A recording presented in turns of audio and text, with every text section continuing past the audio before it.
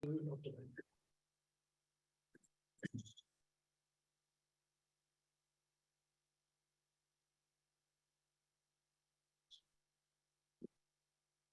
day, everyone. I'm Dr. John Ward, Director of the Coalition for Global Hepatitis Elimination at the Task Force for Global Health in the United States. It's my pleasure to welcome you to the second of our three-part series examining ways to improve HCV prevention, testing, care for pregnant women and for their newborns. Today, we'll be looking at strategies to improve HCV linkage to treatment in pregnancy. We had an earlier one right at the end of 2022, and we'll have another the third of our three-part series in March, as shown here on this slide. Please know that all this information is available on the Coalition website at globalhep.org, where you can get the slides and other materials related to this webinar. Please also be mindful of the case registry that we have ongoing, known as TiP-HepC, where we're collecting information about pregnant women who are receiving treatment for hepatitis C, which you'll be hearing more about today, obviously, but we're very interested to looking at treatment outcomes for pregnant women and for their newborns. So please, again, go to our website and learn more about our registry. And while you're there, please sign up for our newsletter so you can get up-to-date information about all the activities going on to eliminate hepatitis C and hepatitis B around the world. It's now my pleasure to turn it over to my colleague, who's our Chief Technical Officer, Dr. Neil Gupta. Neil? Thanks so much, John, and welcome to everybody. We're really excited about the second webinar series of our three-part series. Today, we'll be diving into strategies to improve linkage to care and treatment for hepatitis C diagnosed in pregnancy. And as you all recall, the first session really focused on challenges to improve linkage and care to treatment. So today we'll really be turning our sights towards strategies to improve that and hearing from really leading experts in the field. So just a few slides of background. Next slide, please. As we all know, over 20% of hepatitis C infections globally are in women of reproductive age. And hepatitis C screening in pregnancy is now increasing globally and recommended universally in the prenatal period here in the US. However, some of the impetus behind the TiP-HepC project and program has been that we're left in this scenario of testing recommendations without clear treatment recommendations. We know that postpartum treatment and infant follow-up has been extremely challenging, as we went through on the first webinar. But there's still, we're still in a situation where we have limited safety data regarding hepatitis C treatment during pregnancy, and treatment for individuals during pregnancy or the breastfeeding period remains at the discretion of providers and patients. Next slide, please. So the TiP-HepC project has three major goals. The first was to compile evidence, and we have a evidence-based and systematic review posted to our website. You can see at the bottom of the slide there. The second objective was to establish a clinical case registry, which I'll tell you more about on the next slide. And then finally, what you're joining us here for, number three, is a community of practice. And hopefully many of you, or the majority of you, were on our first webinar. So this really is a continuum of topics building towards a third webinar in March that we'll tell you more about. But we also welcome all of those who joined on this session. Just of note, the video recording for the first webinar in the community of practice is posted on our website, and you can access that to catch up. Thanks. Next slide, please. So in terms of the registry was launched in June of last year. So we've been open for about 6 months now. This is the first registry looking at treatment exposures for hepatitis C during pregnancy. It's open for all exposures, both first trimester exposures for individuals who initiated treatment and then subsequently became pregnant while on treatment, as well as third trimester exposures amongst individuals that are treated in the third trimester, or I should say after the first trimester. The registry has been widely disseminated now and is available online using the QR code or the website posted on the slide. Next slide, please. So again, this is the second part of a three-part series. Next slide, please. And just to mention from the first webinar, what we really dove into were challenges to the HCV care cascade for pregnant individuals. We heard from patients affected by hepatitis C during pregnancy. We reviewed surveys and data that was available on patient preferences and attitudes towards treatment, both in the postpartum and during pregnancy periods. And we hosted a roundtable of expert individuals from a host of professional societies, including ACOG, Maternal Fetal Medicine, the International Gyn's Ob Society, ASLVIDSA, and the American Association of Addiction Medicine. Those experts continue to carry through this webinar and community of practice series with us. Next slide, please. To give a sense of who was on in this community of practice and part of the first webinar, we hosted over 250 participants in that initial webinar, coming from 34 countries, over half of which were from the US, but having a great diversity of representation from around the world. Next slide, please. We also found that the majority of individuals who have joined the community of practice have been from primary care fields, including OBGYN, pediatrics, public health, or other primary care practitioners, in addition to the hepatologists and infectious disease specialists that have traditionally been focusing on this topic. So we hope through this community of practice that we're actually broadening this group of individuals that are interested and can move forward advocacy around this topic in the future. Next slide, please. And finally, I wanted to show you results of the poll that we conducted amongst all of you during the first webinar, really around the challenges to linkage and treatment for persons during pregnancy. And we asked a select all type question about what are the challenges that you find to be, the greatest challenges to linkage and treatment. And just to list a few here, over half of people mentioned that the lack of safety data for HCV treatment during pregnancy was actually a major restriction to linkage to care. And other leading challenges that were mentioned here are lack of guidelines or recommendations, lack of provider understanding of treatment options, inadequate insurance approval or coverage or payment restrictions, for the high cost or unavailability of hepatitis C medications. There's also obviously a host of other challenges here that you all mentioned and will inform, I think, further practice and recommendations moving forward. Next slide, please.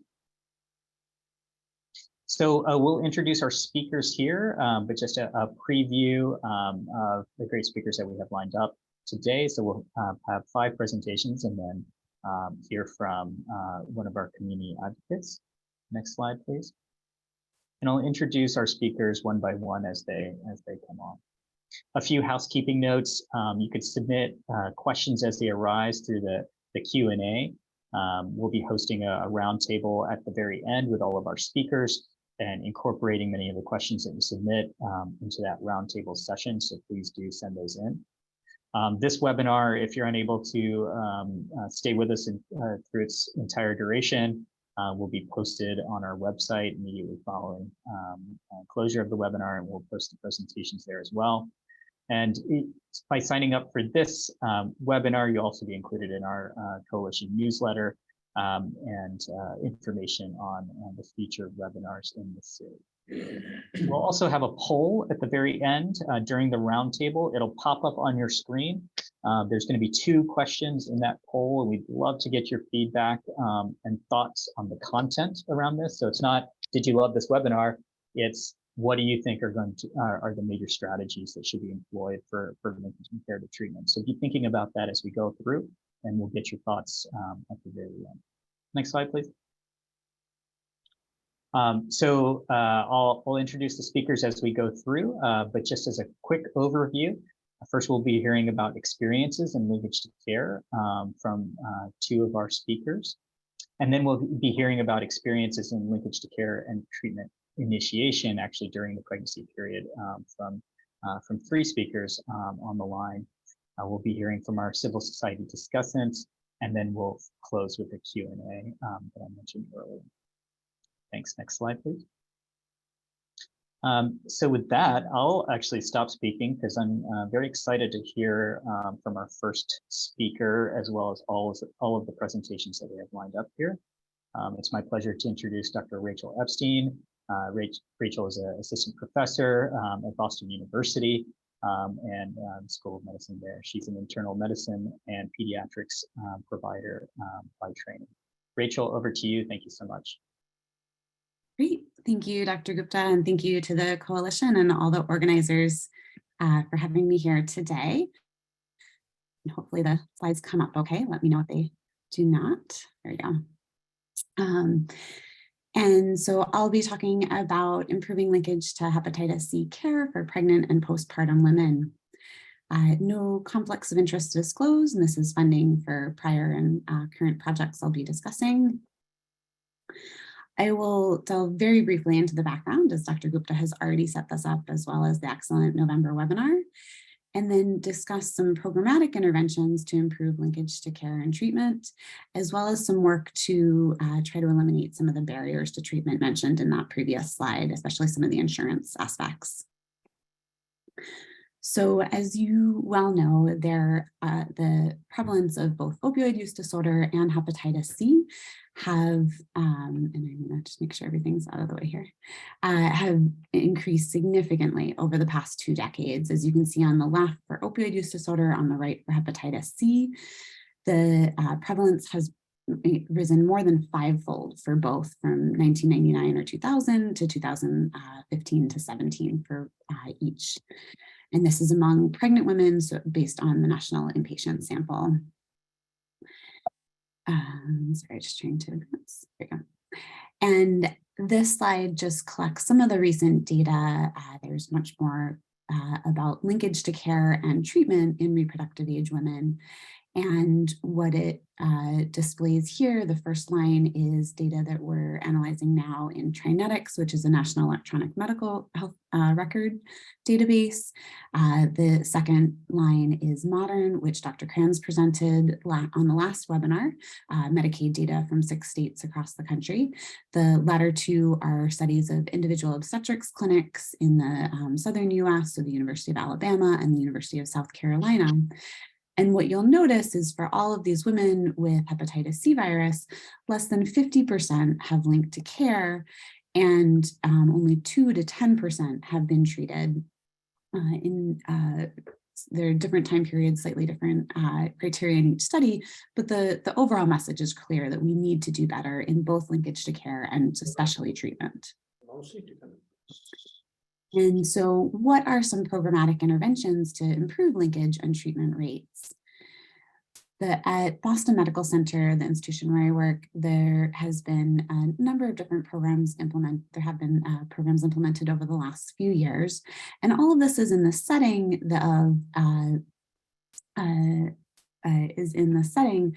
of programs that have already been implemented. So the Respect Clinic is an excellent prenatal clinic for women with substance use, and there are a number of other wraparound services for addiction medicine throughout the clinic, which I think are key aspects and not unique to BMC, but important aspects to HCV care in general.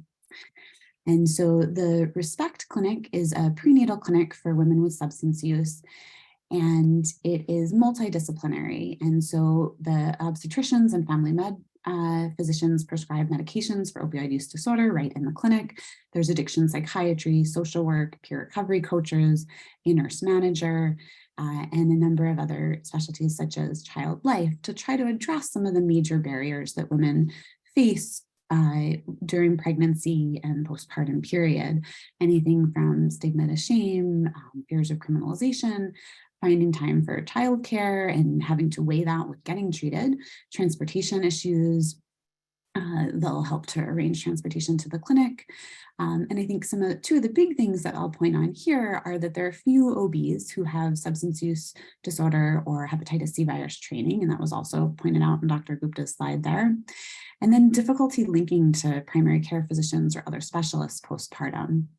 And so in order to address some of these continued barriers, there are a number of programs that we implemented at BMC. So first, in October of 2016, we started a pediatric infectious diseases consult at delivery in the hospital to link both moms and infants to hepatitis C care. And that was taking women who were either seen in that respect prenatal clinic or just delivered at Boston Medical Center and trying to link them up with infectious diseases, with office-based addiction treatment in either internal medicine or family medicine at BMC or wherever they wanted to seek care.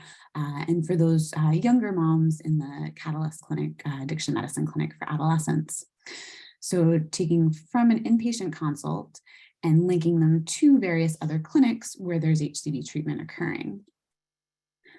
The Respect team then took it one step further and created the SOFAR clinic, really through the pediatrics department at BMC.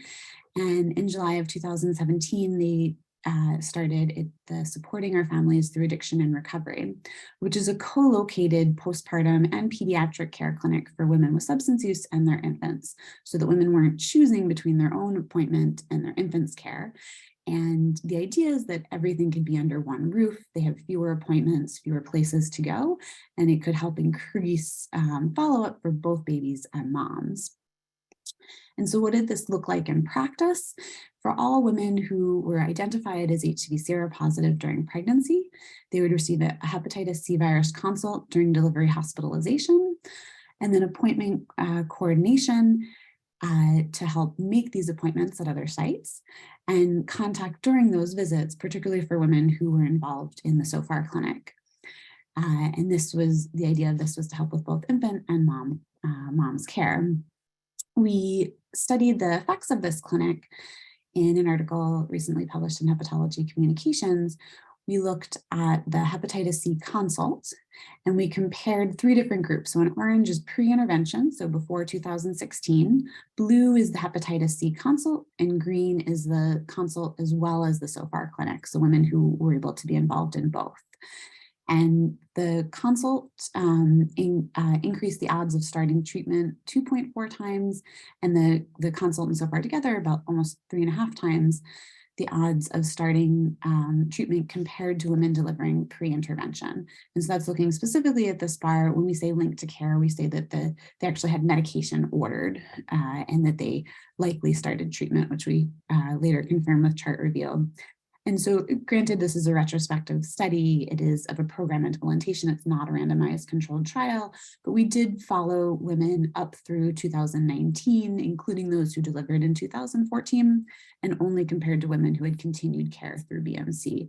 So it does seem to have had some impact, but you'll see even at most 50% of these women are starting treatment, which is a lot better than 2.5%, but it's still, there's still room to go. And so the next intervention that began was in 2021, the HCV treatment task force, which is HCV treatment by OBs and pharmacists within postpartum care. And this looks like within the postpartum year of follow-up, after initial postpartum care, really staging Hep C, treating Hep C, and doing SVR checks right in OB clinic. The pharmacist is a huge part of the figuring out the prior authorization, the medication details, making sure all the right labs are ordered, and really helping with adherence support, even delivering the medications to them, and has been an amazing support through this program. Very early data indicate that there were 46 patients eligible over the first 2 years of the program, 21 of them successfully engaged in treatment and engaged in care, and 11 have started treatment, most of whom have finished by now. There are another 10 who are either still pregnant, breastfeeding, or completing their lab work, but are interested in treatment as well. So still not perfect, but significantly improving from some of the prior data. And the infrastructure of this has people being treated in the OB clinic, so under the same roof by obstetricians, which I'll get back to. And so just to finish out, some work to eliminate barriers to treatment. So insurance restrictions are still a huge issue in the United States. Every country has its own policies as well, but there are still 31 state Medicaid programs that require prior authorizations. There are still a few that require abstinence or advanced liver disease, and 12 that require treatment by or in consultation with a specialist. These numbers are much better than they were a few years ago, but we still have more work to make sure that everyone can actually get treated no matter where they live in the US. And as I said, many other countries abroad are doing a much better job of this. There's still specific laboratory testing that's also required for most prior authorizations, and then commercial insurers have very similar restrictions that are less transparent. And so what can we do to remove these insurance barriers? The National Viral Hepatitis Roundtable and the Center for Health Law and Policy Innovation at Harvard Law School have done a wonderful job of categorizing what these restrictions are and really working on advocacy to bring down these barriers. Another step that we can do is economic studies to show that these restrictions are not cost effective and that they obstruct progress towards elimination. This is a study I'll just touch briefly, where we actually saw that there is some spillover from the Medicaid restrictions to commercial insurance. So this graph actually shows that blue line are commercially insured patients' hepatitis C screening in states that had loosened their Medicaid restrictions. So there's spillover even to commercially insured patients. So important to deconstruct both barriers. And we also looked at what are the testing requirements for prior authorizations.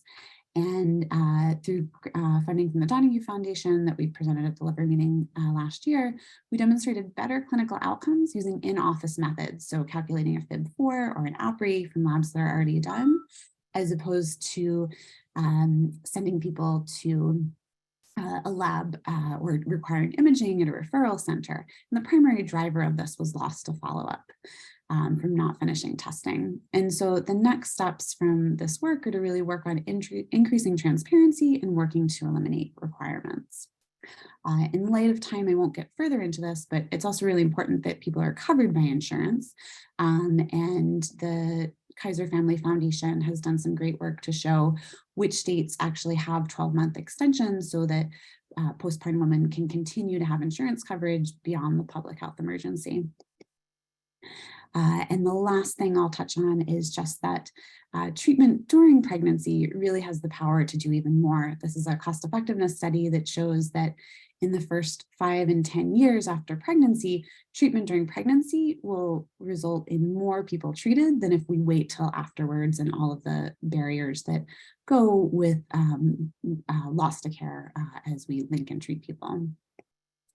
And so in summary, co-location of care, so everything under the same roof, is a key factor. Having a multidisciplinary team where we have social work and pharmacy and team meetings to coordinate care, and as well reducing insurance barriers, increasing transparency, removing prior authorizations, and working on the different steps to treat during pregnancy, which I think one of the most important steps, as Dr. Gupta mentioned, is really that we have obstetricians and we have primary care who are feeling comfortable treating Hep C during pregnancy. And I think putting that into place, whether it's postpartum now and in pregnancy later, could be a huge thing if tomorrow or in 1 year, we have a safety data and recommendations to treat during pregnancy more universally. Just like to acknowledge co-authors and importantly, all the clinicians that make this happen. Thank you. Thank you so much, Rachel. Really brilliant talk, tons of resources in there. And just a note for everyone that we will be posting all the presentations on our website. So you'll have access to those with permissions from our speakers, of course. So thank you again, Rachel. And with that, I'd like to invite Dr. Manal. Dr. Manal El Sayed is a professor of pediatrics at the Ain Shams University in Egypt.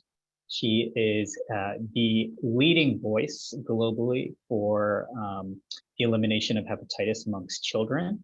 She's a hero of mine, and she's a champion as designated by the Coalition for Global Hepatitis Elimination this year. Dr. Nunal, we're really honored to have you on. So thank you so much for making the time from Egypt, and the floor is yours. Thank you so much. Thank you so much, Neil, for your kind presentation and for inviting me. And thanks to John, of course, and Lindsay and the whole team. I'm just going to give a very brief presentation, but I'm going to show you what we have done. Advance the slides. Okay, this is my disclosure. And if we look at this, that's, of course, the Polaris Observatory and Homi Razavi's work looking at the global estimated viremic prevalence of hepatitis C in women of childbearing age, and it's around 15 million women. And we know that women in childbearing age represent almost 1.9 billion of the global population. That's a huge population. And from our study also with the Polaris Observatory, we know that we have an estimated 250,000 children aged 0 to 2 years are infected with HCV globally. So this is really an important subject. And I think if we focus on women in childbearing age, we'll be able to advance elimination in a very short period of time. The countries with the highest number of total viremic infections are China, 16% of total infections, and Pakistan, 15% of total infections. But those with the highest viremic prevalence are Mongolia and Burundi. But the countries with the lowest might be Chile. According to WHO regions, the Eastern Mediterranean region, the IMRO region, and that includes Pakistan as well, has the highest viremic prevalence for hepatitis C in women of childbearing age. Of course, the prevalence increases with age. This is of course, the recommendation of CDC and the Advisory Committee for Obstetricians and Gynecologists, and we look at recommendations for screening of pregnant women. That's not happening in the majority of countries. And even when WHO recommended, they recommended triple elimination for hepatitis B, HIV, and STIs and syphilis, but they did not recommend screening of HCV, even in the countries with the highest prevalence and the highest viremic prevalence. So I think that's something that we should fight for and advocate for. And of course, it's an opportune possibility for treating women and linking them to care. So it's very important that we capture women during pregnancy. And I believe that it's an opportunity as well for the family approach and to capture the whole family and be able to screen and test the rest of the family if the pregnant woman is HCV positive, not only their children and follow them up, but also their partners and the other children in the family. So this is a study that we've done in Egypt, looking at microelimination of Hep C through testing of Egyptian pregnant women and linking them to care. And this study assessed the proportion of pregnant women who were screened for HCV at delivery in our hospital, at Ain Shams University Hospital. And we looked at the prevalence and risk factors for HCV infection, the adverse neonatal outcomes, and the real-life linkage to care of the infected women. As you know, we had this very large test and treat program in Egypt, and we started our study actually before the national screening program, but we had already the national treatment program that started in 2006, so anybody was allowed to be treated at any stage of fibrosis and at any time to get treated at a fully state-funded and supported by the state for hepatitis C. And of course, follow up the infants' HCV status and look at the timing of testing, the best timing for testing. The data were collected from the medical records of a retrospective cohort of all pregnant women admitted to our university maternity hospital for delivery between January and June 2018. We started our national screening program in October 2018. We collected data for 6,734 women. We've collected data for HCV antibody and RNA positive women and their infants were prospectively followed up. And we've done phone interviews until September 2019. And those were the results. Most of the women above the age of 30 years old, we had a history of abortion and blood transfusion were risk factors for hepatitis C infection. There was no difference in neonatal outcomes significantly between those who are HCV positive and negative women. And then all infants of the 13 anti-HCV RNA positive women who started DAA therapy tested HCV RNA negative within their first year of life. And we extending screening services, of course, to all pregnant women and better linkage to care are essential for national elimination. If we look here at the flow chart, we'll find that those were the numbers tested. Pregnant women who tested positive were around 1%, and pregnant women who tested negative for HCV RNA negative were 0.9%. Total pregnant women admitted to the hospital were 6,734. And those who tested negative for anti-HCV were 90%. And then out of the 19 women who were HCV RNA positive, we had 13 women who started DAAs. We did not start therapy for 4 women who did not want their infants to be screened, and we lost 2 women to follow up. And those were the times when we screened the children. 6 months, 7, 8 months, 2, 10 months, we screened 1, and 12 months, we screened 3. This is just an example of how we can link women to care and capture some cases. It was a mix of retrospective and prospective study and linking women who were positive to care and treatment. And I believe that none of those women who would have gotten treatment or received treatment for hepatitis C if they were not checked retrospectively and contacted. Most of them, they get very busy after they deliver their children and they finish their breastfeeding. Some of them, they breastfeed for 2 years and then they just completely forget about their HCV status. And I think that's our opportunity to capture those cases.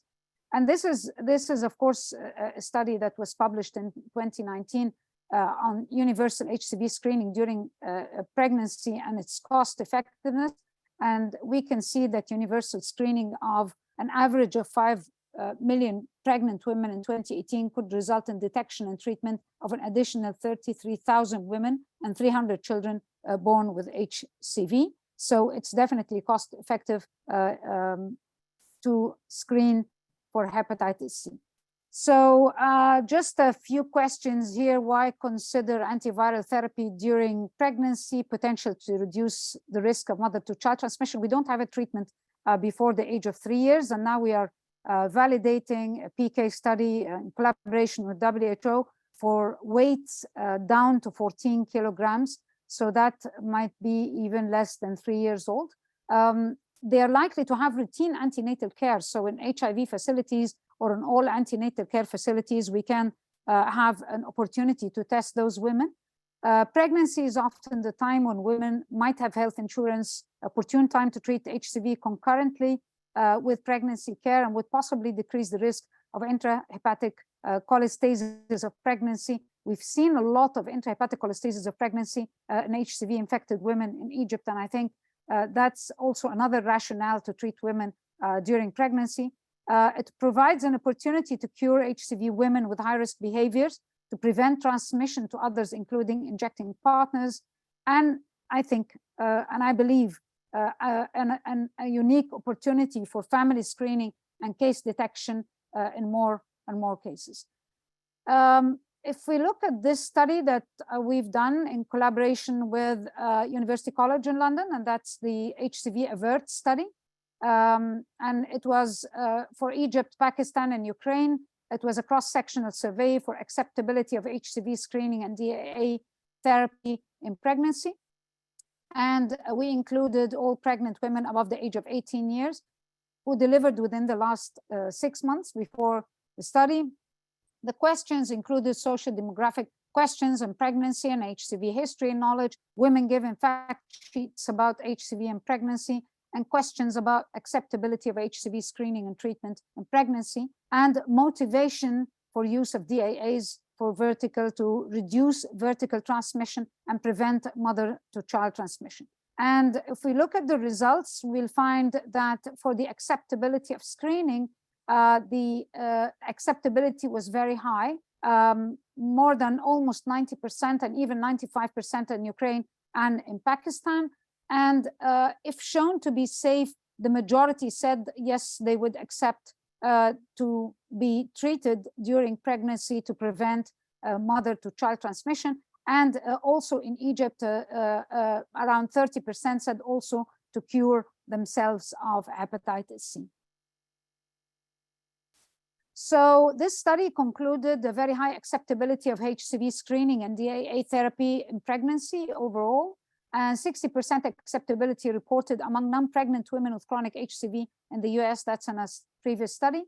The main motivation was prevention of adverse pregnancy outcomes, but I believe also because Egypt had already a large awareness and screening campaign and a program for testing. People were already aware of the importance of hepatitis C and treatment of hepatitis C, and maybe members of their family have been tested before and treated for hepatitis C. So that encouraged them and motivated them as well to respond positively to DAA therapy. We had a very large sample, and first to focus on pregnant women in high burden countries, and included women for a range of socioeconomic groups, so both HCV positive and negative hepatitis C. Limitations were measured acceptability under a scenario that they were approved for use. The findings support the need for phase 2 and 3 trials, of course, assessing safety of DAAs, and that's, I think we all agree on this. So I believe that we need to counsel women for the benefit of antiviral treatment before pregnancy. I believe that all children and adolescent females should be tested and treated very early during high school, and that would actually prevent the dilemma of trying to test them and treat them during pregnancy and issues about safety and conflicts about safety. This also looks at, this study also of ours that looks at 100 patients in our database from our national program who by accident were on DAAs, either soft DAC in the majority of cases, and all received 12 weeks regimen of DAAs, but some of them stopped 4 weeks later when they realized they were pregnant. But overall, even those who stopped treatment at 4 weeks or 8 weeks, they completely cleared the virus. And we've seen only a very small percentage with adverse outcomes in the babies, either as a preterm delivery or 2 abortions, and we had a congenital anomaly of aqueous septal defect, which was not different from the general population. So the care pathway for HCV elimination and pregnant women and women in childbearing age should include universal screening with anti-HCV and reflex testing, HCV RNA once detected, assessment of healthcare provider for plan of treatment, and DAA therapy postpartum and after breastfeeding. We were planning a study also for PK during breastfeeding. We started to collect samples, but unfortunately we lost a lot of women, and the majority did not turn up during the first 24 hours before stopping breastfeeding to be able to give them DAAs. So we did not achieve what we wanted to achieve for this breastfeeding study. I think this can be done in other countries as well. I would like to close with this final study, modeling study. I think it's first of its kind. Also, that was supported by NRS. It's part of the HCV AVERT study in collaboration with UCL. And that's just been approved for a publication Journal of Hepatology. It's modeling for the potential effectiveness of hepatitis C screening and treatment strategies during pregnancy in Egypt and in Ukraine. And it's pregnancy, considering that it's a unique opportunity to screen. And there is a hypothetical cohort from 2 countries for screening and treatment strategies, 2 lower middle income countries with high HCV prevalence. The methods we used were country specific. The decision models, they were developed to simulate a cohort of pregnant women. We compared 5 strategies from S0 to S4, targeting either risk-based screening and deferred treatment to after pregnancy breastfeeding, or S1 WHO risk-based screening and deferred treatment, or WHO risk-based screening and targeted treatment, treat women only with risk factors for HCV vertical transmission, or universal screening and targeted treatment during pregnancy, or universal screening and treatment. Maternal and infant HCV outcomes were also projected. For the S0, that resulted in the highest proportion of women undiagnosed, both in Egypt and Ukraine. And for the S4 scenario, with the screening and treatment, it resulted in the highest proportion of women diagnosed and cured by delivery, and lower levels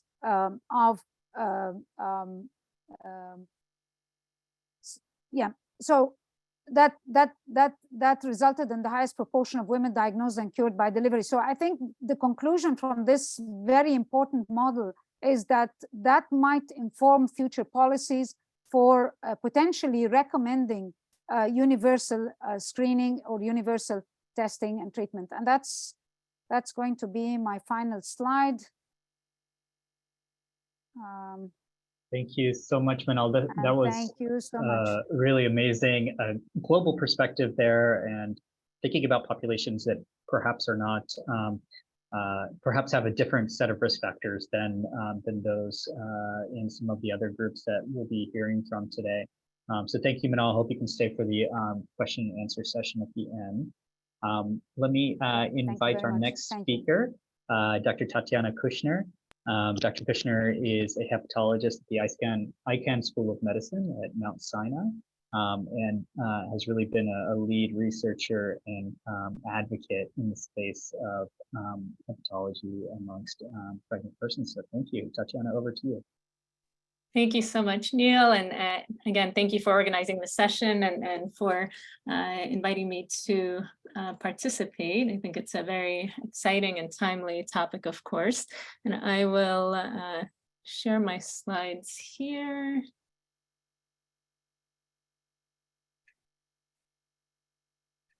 All right, is everyone able to see? Okay. Perfect, thank you. Okay, perfect. So I will just have a brief kind of overview of what has been our experience in linkage to care, as well as treatment initiation of hepatitis C in pregnant people here at Mount Sinai in New York. So really more back to a US based perspective. So, you know, we have been thinking about this issue for a while, and in 2017, we actually initially implemented universal hepatitis C screening in obstetrics before even some of the major society guidelines came out. And that's because we felt strongly that, again, as has already been mentioned, pregnancy is really an opportunity where already pregnant people are undergoing so much testing, and oftentimes an initial diagnosis is made in the pregnancy context. We've seen that for HIV, we've seen that for hepatitis B, and hepatitis C is no different, especially in the setting of known, as we already mentioned, increases in the prevalence of hepatitis C in women of childbearing age. So we implemented universal hepatitis C screening. Of course, that was only really possible with strong partnership from the OBGYN department. I myself am a hepatologist, a liver specialist, but I work very closely with an obstetrician, Dr. Rhoda Sperling, and together we were able to develop what we called a women's liver clinic. So the idea was we implemented screening, and then we built this women's liver clinic, which is a clinical practice co-located in the obstetrics department, with the goal to really provide care to pregnant and postpartum individuals with a range of liver diseases, including hepatitis C.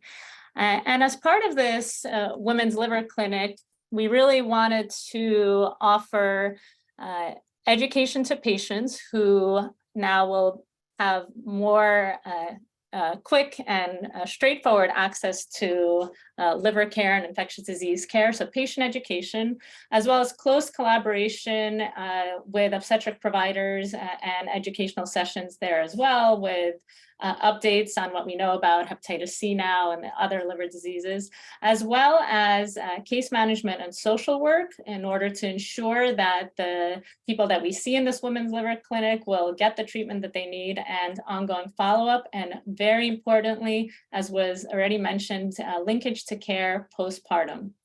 And what we saw is that oftentimes a lot of people were newly diagnosed with chronic liver disease in the context of pregnancy. And as I'll share later, in terms of hepatitis C specifically, 61%, so the majority of the people that we saw with hepatitis C in pregnancy were initially diagnosed during pregnancy care.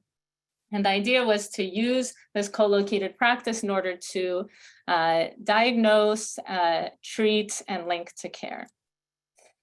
And in this context, we began to think about the potential rationale to consider initiation of direct-acting antivirals for the treatment of hepatitis C during pregnancy. And when thinking about an intervention in pregnancy, particularly medication during pregnancy, I think it is a complex decision. And really, we have to consider both sides of what may be the potential benefit and what may be reasons to not consider treatment during pregnancy. So potential pros, potential reasons for treating during pregnancy is that we can offer maternal cure, hepatitis C cure, while the patient is engaged in pregnancy care. We have a captive audience. We have individuals who are coming to frequent medical appointments already. And so in this context, we can offer treatment while the patient is in front of you.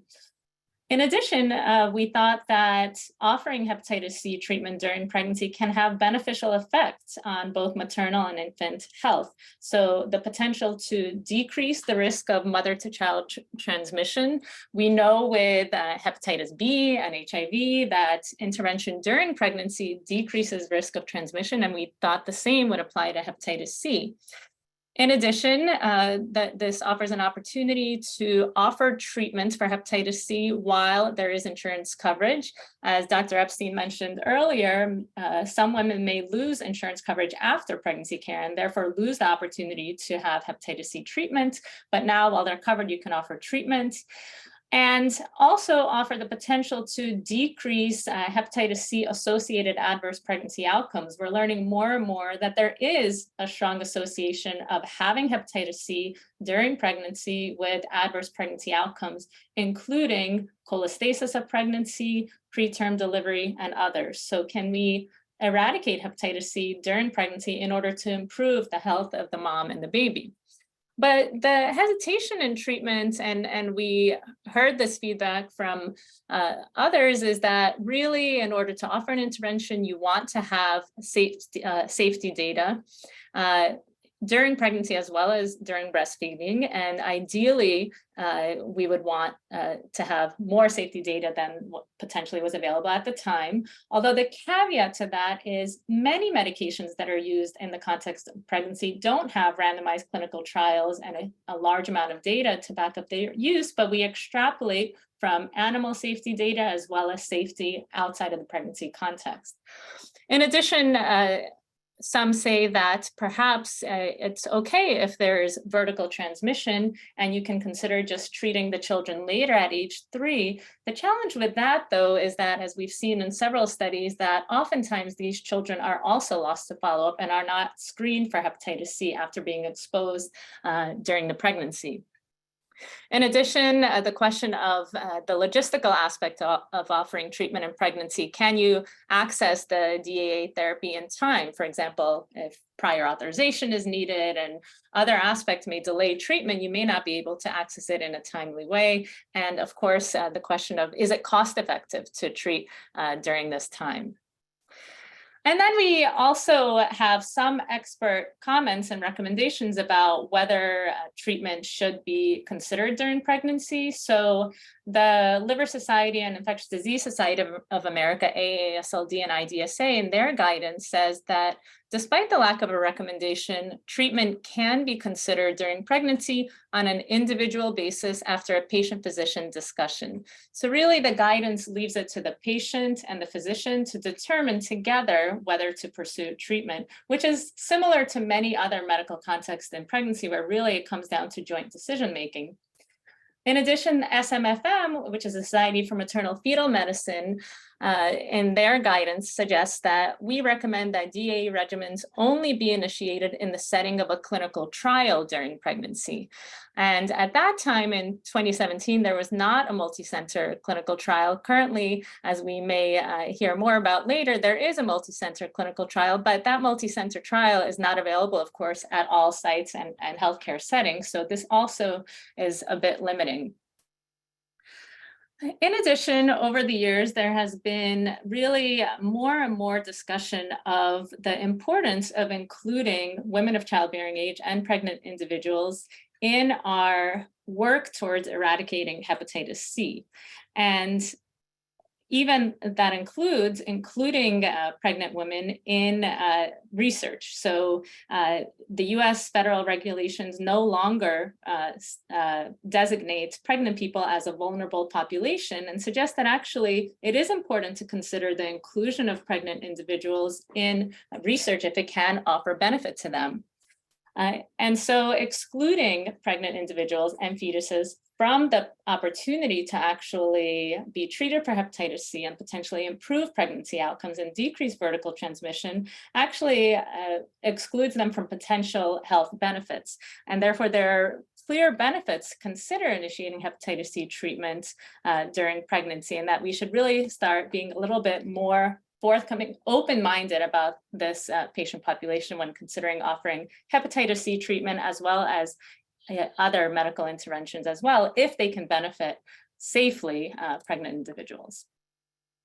This study was shown previously by Dr. El-Said, but we also surveyed women with hepatitis C and asked them about their opinions. Would you consider hepatitis C treatment during pregnancy? And the majority did say that they would take DAAs if they lowered the risk of vertical transmission. So what we learned from here is that pregnant people care really, the primary concern to many pregnant women is optimizing the outcome in their infant. So if we can demonstrate that we can decrease vertical transmission, then the majority would be willing to consider treatment during pregnancy. A smaller percentage said that they would be willing to consider treatment during pregnancy for self-cure, even if it did not decrease vertical transmission. So what did we do? We developed a departmental protocol. We met together with obstetrics, hepatology, pediatric, and adult infectious disease, and sat down and developed a protocol to treat patients after having a joint decision-making session where we speak with the patient openly about what we know and what we don't know about DAA treatment in the context of pregnancy. And we began to offer treatment to individuals who were referred to our women's liver clinic during pregnancy. We also enrolled the individuals with hepatitis C to our existing care coordination program for all individuals with hepatitis C called the LEAP program in order to get case management, social work, and care navigation services for them. And this was the result of our clinical experience. So we had 23 pregnant women with active hepatitis C who were referred to us for consideration for hepatitis C treatment. Out of 23, 15 did agree to pursue treatment during pregnancy. So again, a majority did agree to treatment. The ones that did not agree to treatment cited safety concerns. So people wanted to see more safety data. And there was also just loss to follow-up before they even showed up to our appointment.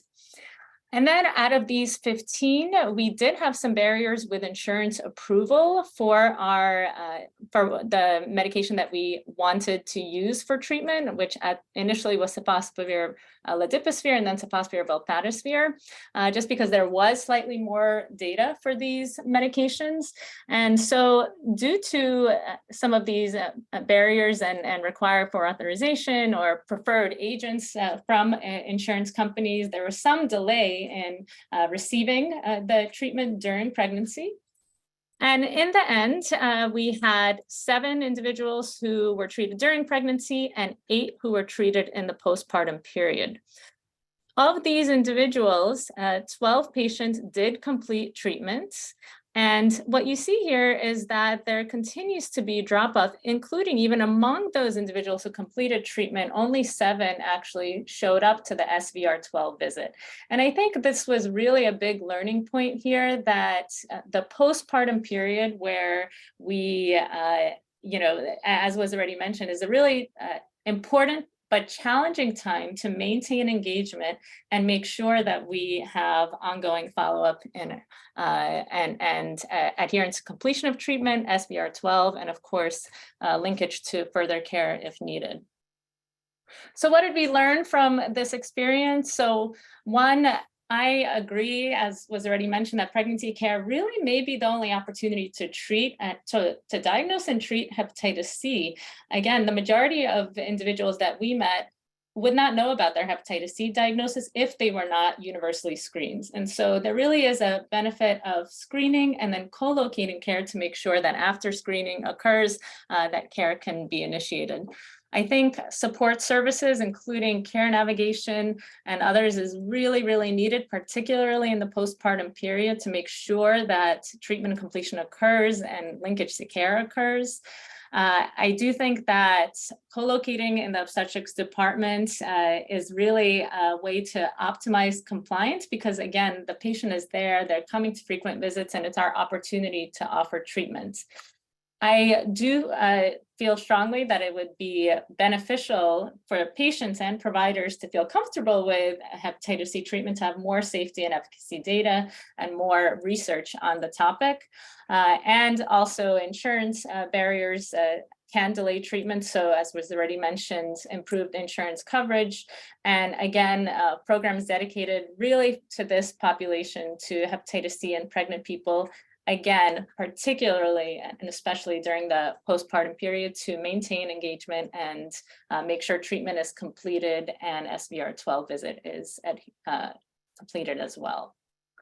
I will end there. Thank you so much. Wonderful. Thank you so much, Tatiana. That was amazing, and really laying out the case, I think, for treatment during pregnancy and an initial experience in doing so. I'd like to introduce Tony Martinez, who's going to give an experience along those lines. So Tony Martinez is a hepatologist at the Erie County Medical Center in Buffalo, New York. And I believe this is the first talk with us at the Coalition. So thank you so much, Tony, and over to you. Appreciate it. Thank you very much, Neil. This has been great. Some great presentations. It's an honor to be a part of this panel. So I'm going to walk you through our model here in Buffalo, a clinic that we call La Bodega. And I'll give you a sense of kind of what we do and where our women of childbearing age fit in. But just by way of context, when we think about Hep C elimination, I always think about this with 4 key pillars. So there's screening, linkage to care, and then treatment initiation. And the goal is obviously to hit 100% of each of those 3 steps in the cascade. And the fourth pillar for elimination is really harm reduction. And the goal there is to prevent both new infections and also reinfection.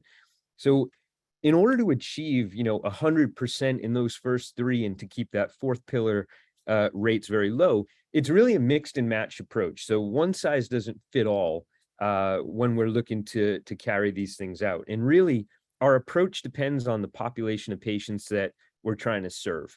And it might look different for each one of these groups, and that includes women of childbearing age. So a lot of what we do depends on the setting in which we're doing it and what resources these settings have, or what resources, just as importantly, that they lack. And it really depends too on who's doing this kind of work. So, we know that we can do hepatitis C care in a number of different settings. We've decentralized it away from specialists, and we've moved it into other locations like substance abuse clinics, for example, or FQHCs, mobile units. A lot of these places may be able to screen, they may not be able to screen. They might have point of care tests, or they can do reflex testing. And this includes a lot of the OB practices that we see in our area. They have variable resources. They have, these women are being seen in a number of different settings. And there's a mix of providers. A lot of these programs are NP or PA led. There's a lot of midwives that are now involved in this kind of work. So these are important groups that we have to engage to really carry this stuff forward. How we treat people, there's a number of different modalities. So we can use conventional referrals, but the system, at least here in the States, is very difficult to navigate. It really requires a multidisciplinary approach, and things that can make that work easier are things like case managers or peer navigators, but that system can be really complex. More and more, we've utilized telemedicine, especially during the pandemic. This has been more widely deployed, and this is very useful because we can link people in any kind of setting. It's very convenient for the patient. There's pluses and minuses to it. In our own experience, it really slowed down the cascade for what we're typically able to do in a couple of days. Telemedicine would take 30 or 60 days to carry out to get people started on therapy. And then there's finally co-localization, and you started to hear a little bit about this, but this is one-stop shopping. All of the services are offered in one location. It streamlines care. It really minimizes loss to follow-up. So you've seen some data about Hep C and women, and we've seen a clear skewing in the demographic of who has Hep C, especially within the US. The population, the baby boomer population got a lot of attention for a long time, and it's still an important population. We as Rachel pointed out, we have states that have had restrictions, and some still do. So we still have a lot of baby boomers who haven't been treated. But what we've seen is that most new infections are occurring in individuals who are under age 30. And not only is the demographic skewed younger, but we've seen a gender skewing as well. In the old days in the US, Hep C was primarily about 3-to-1 male to female. And what we see now is almost a 50-50 split. And in my own practice, it's about 50-50 right now. So we have more women who are at risk for acquiring Hep C, and they're starting to come into care more. We've seen some data about the changing prevalence among pregnant women. The rates on US birth certificates, they've gone up almost 90%. From 1.8 to 3.4 per 1,000 live births. I work a lot down in Appalachia here in the States, and the rates there are extraordinarily high. When you look at infants born to Hep C positive women in Kentucky, for example, the rates are 1 in 67, and comparatively in the rest of the US, it's 1 in 308. And we have a lot of data about vertical transmission risk. We know it's somewhere between 6 and 7% in mono-infected women. In women with both Hep C and HIV, it goes up to about 11%. So this is a group that we're really concerned about, and we're seeing more and more come into the clinic. Now, the Bodega is it's a hospital-based clinic in an urban high-risk setting. And we get a lot of questions. Is it a hepatology clinic? Is it an addiction clinic? What is it? So I'm trained in both hepatology and addiction. And the answer is, it's whatever the patients need it to be. So for some individuals, they may just need, Hep C treatment. They may need, cirrhosis management and whatnot. For some, they may be coming simply for the addiction management. But for most people that are coming through this clinic, it's a combined co-localized approach to both things. This is just a couple pictures when patients get cured. They leave messages on the wall. They ring a cowbell. It's really kind of a cool little setting. So the way this works, it's a hybrid program where we rely on the conventional referral system, but then we also utilize telemedicine, and the backbone of the program is really co-localization. So for 20 years that I've been doing Hep C work, we've always asked, where are the patients? How do we find the patients? And we know where they're at. They don't access care maybe in the conventional settings that we're used to. But we know that they're in community addiction practices, syringe exchange programs, high-risk OB, or high-risk pediatrics, the foster care system, then the usual prison, jail, STI clinics, the ERs. So we partnered with all of these sites. And I showed you before that mixed and match approach. Not every one of these sites can screen the same way. So what we've done is given each of our partner sites an individualized modality to screen. So whether it's a point of care test, or if they can get reflex testing, that's great. If they can't, it's a conventional antibody test. And we've really, specifically to women of childbearing age and pregnant females, we've worked hard with our local OBs as the screening guidelines adapted to universal screening of all pregnant women at the time of each pregnancy. We started to engage more and more with that discipline.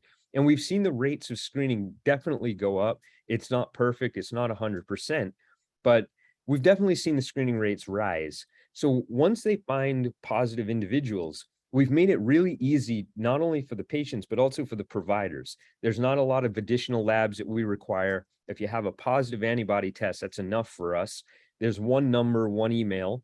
We get the patient's name and demographics, and then our crew kind of does the rest. We navigate the system, both for the patient and the provider. So we arrange, the link, we arrange transportation, the scheduling, we contact the patient, and all of this happens very quickly. When patients come into the clinic, it's a co-localized approach at that point. We have an on-site lab, we have an on-site pharmacy. Patients can essentially be evaluated and leave with medications nearly on the same day. There's also co-localized MAT, PrEP services, HIV services. So this all happens right there on site. Then there's a minimal monitoring approach. There's no additional labs. Most of these patients are on some form of MAT, so we're seeing them frequently, usually on a monthly basis. Now, the way we handle each patient, we have this triage system, red light, yellow light, green light. And this helps us to decide, what level of support does a patient need, and especially with medication handling. And, the first step is to ask the patient, what do you think you need? If you want us to handle the meds, have them delivered to us, we'll do that. Now, I get asked a lot, what are the metrics in each of these categories? And, there's still a little bit of art to medicine where you have to kind of identify with your patient and make some judgment assessment on where they're going to fit in this scheme. So a green light patient is somebody who's maybe employed, has a vehicle, they came to the first appointment, they have, the same phone number, stable housing. That's somebody that needs minimal support. We could give them all their medications, they'll be fine. Somebody who falls into that yellow light category might need a little bit more support. Maybe they missed some appointments. We know if they have the medication, they'll take it, most of the time and be okay, but maybe they need extra support to get the refills, for example. They might need more frequent reminders. A red light patient is somebody who, we have to do everything for. We have to handle the medicine, parcel the medicines out to them, frequent reminders, see them more frequently. So that's kind of the system that we use. And the model really works because we're navigating the system for both the patients and the providers. You have to meet patients where they are, but you also have to meet providers where they are. It's a small hand-picked team. And like I said, we take this mixed and match approach. So when we look at our data from the active PWD, or people who use drugs, this is data only through 2020. And this number now is closer to about 2,000. And you can see whether we use an 8-week or a 12-week regimen, the adherence rates were 91%. The overall SVR rate is 94%. And the rates of reinfection are pretty low at 1.4%. We do about 8,000 visits annually. We have an 80% show rate. There's no incentives in this clinic. There's no incentives to come. And there's an 85% rate of retention and care. So we're able to follow these patients, long term. And in patients who come in that have not initiated OAT or MAT, so far to date, there's been 100% uptake in that. Now, included in this group is this cohort is part of the PWD category, was our females in the 3rd trimester of pregnancy. So I've only included that data here. Some of you have seen a version of this that we showed at ASLD this past year, but this is the updated data that we have so far. So amongst our 3rd trimester females, we had 20 in total, 2 of whom we treated with Harvoni. They both achieved SVR. 2, we started treatment with Epclusa. They're on treatment currently. We had 2 individuals who started on Epclusa, but those 2 initiated treatment and then they were lost to follow-up. We were able to confirm that 1 achieved SVR and 1 we don't know the outcome.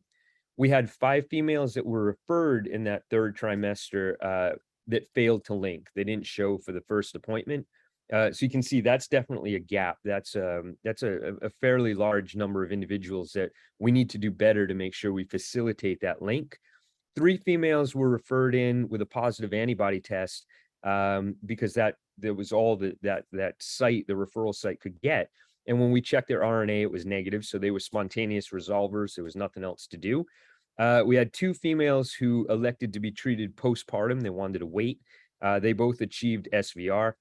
We have 1 female who was prescribed medications, but her addiction was really kind of the priority. She was, a lot of things happened in her life and are still happening. She never started the meds. She ultimately delivered the baby. So far, there's been no evidence of vertical transmission. She was prescribed meds, received them, but never initiated them. We had 1 individual who wanted to be treated, but the insurance denied it. She was lost to follow-up and she was ultimately relinked, but it took about a year to get her back. We had 1 other individual who was evaluated. She went through all the steps, but then was lost to follow-up, and 1 who was evaluated and was incarcerated before she was able to initiate treatment. So we have extensive harm reduction measures. Every patient that comes in, including our pregnant women, they're provided Narcan, they're given safe use kits, fentanyl test strips.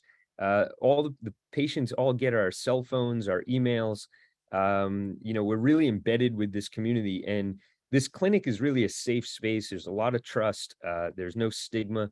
And I think that's one of the keys for why they continue to come in at such a high rate.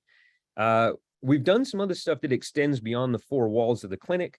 We have a mini residency for addiction medicine providers. This rotation is mandatory for all of our GI, ID, and addiction fellows, internal medicine and family medicine residents.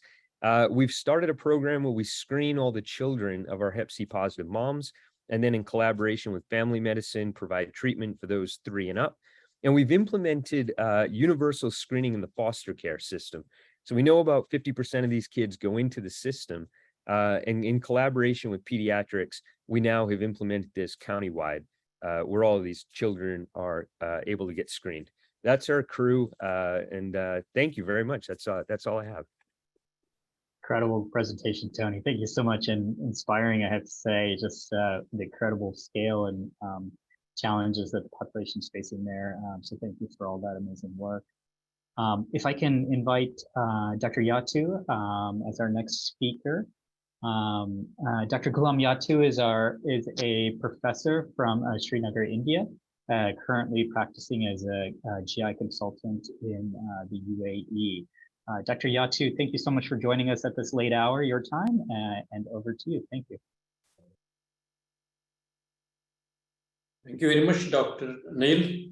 And at the outset, I must express my thanks to all the coalition members for inviting us to give me our experience in treating hepatitis C patients during pregnancy.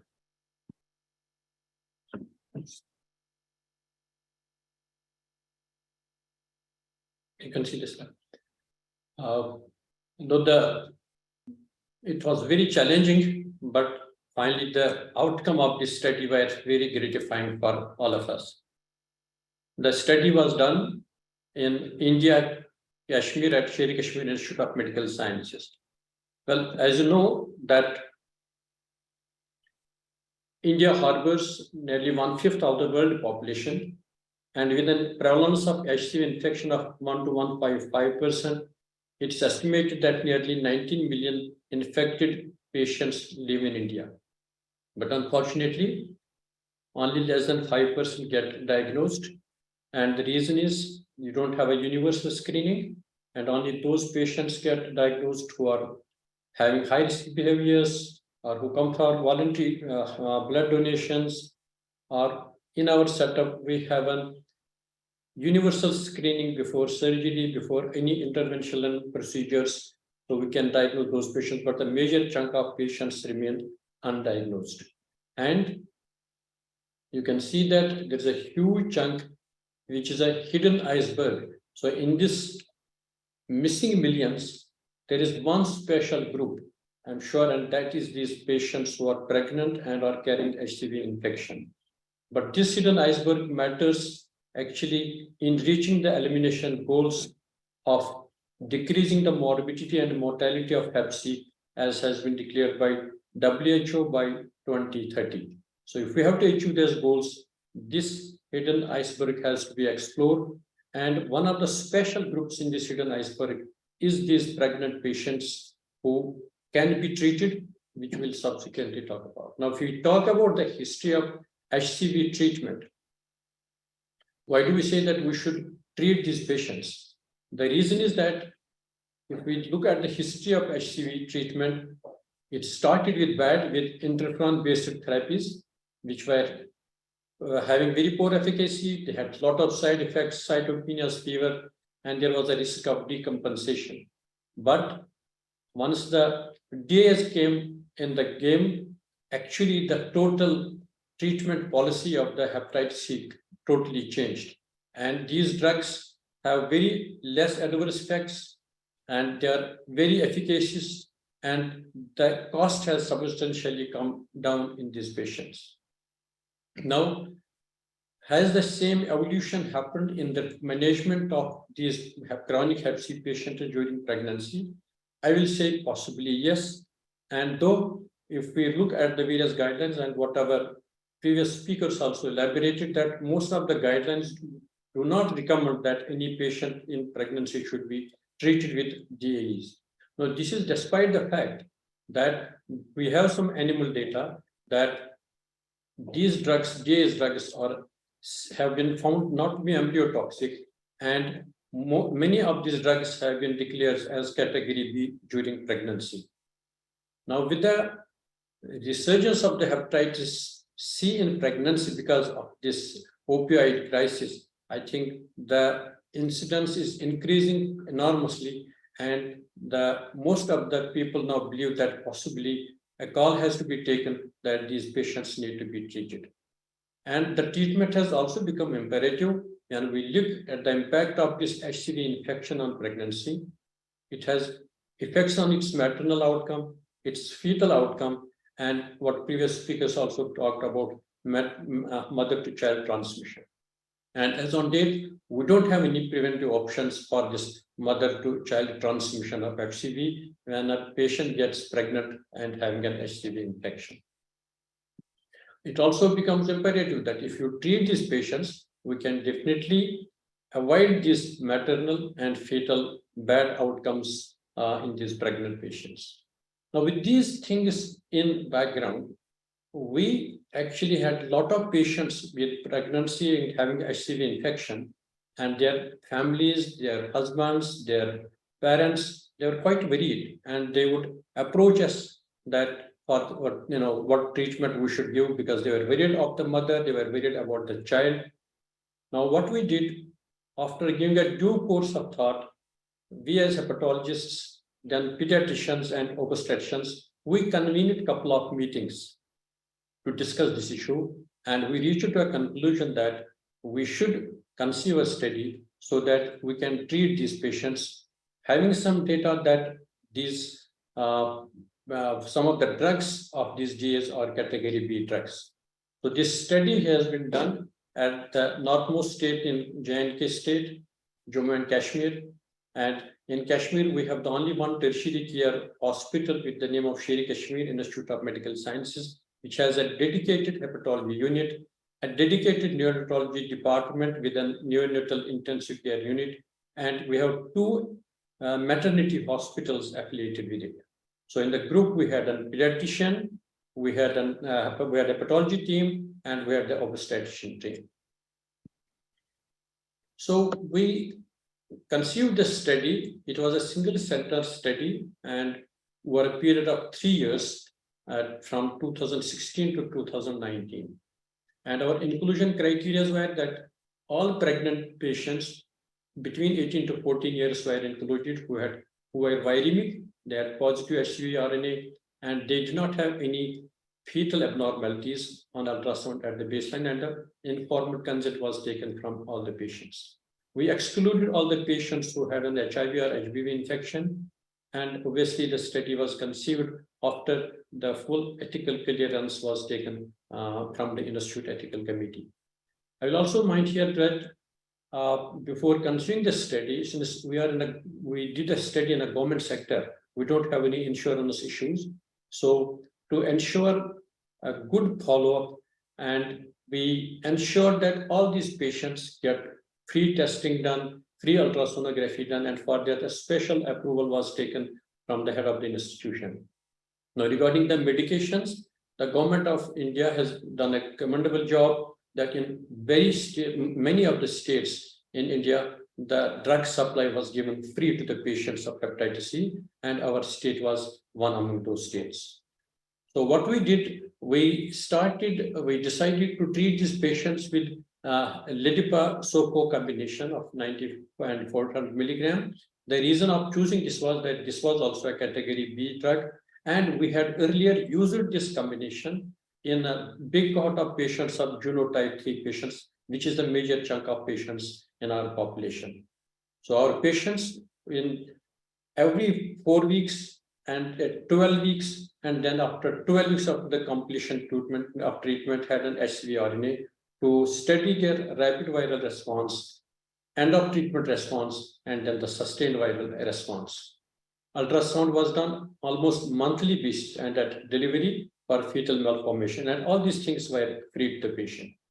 And every patient was monitored for various side effects, and at the delivery, the pediatrician would look any fetal abnormalities and also coupled with the ultrasonography examination. The children born to these mothers were screened for anti-HCV and HCV RNA if needed at 6 and 18 months of these patients. And our primary endpoints were to assess the sustained viral response 12 weeks after the treatment and the prevention of mother-to-child transmission. We were having 26 patients who fulfilled the eligibility criteria in our study, and these all 26 patients had same socioeconomic status. They were belonging to the same religious group, same ethnicity, and there was no language barrier between patients and the treating physicians. They were all in the age group of around 28 with baseline liver functions, renal functions, coagulation parameters normal, and all the patients had a normal FibroScan, and all were viremic, and the majority of the patients had Juno 3 in our patients, which is otherwise also in our general population. And we gave the treatment. Our 15 patients received treatment in the second trimester, and 11 patients received treatment in the third trimester. And what did we found? We had the first thing is that our follow-up was absolutely fantastic, and all the patients who were treated had a rapid viral response. They had end-on treatment response, and all the 26 patients had sustained viral response.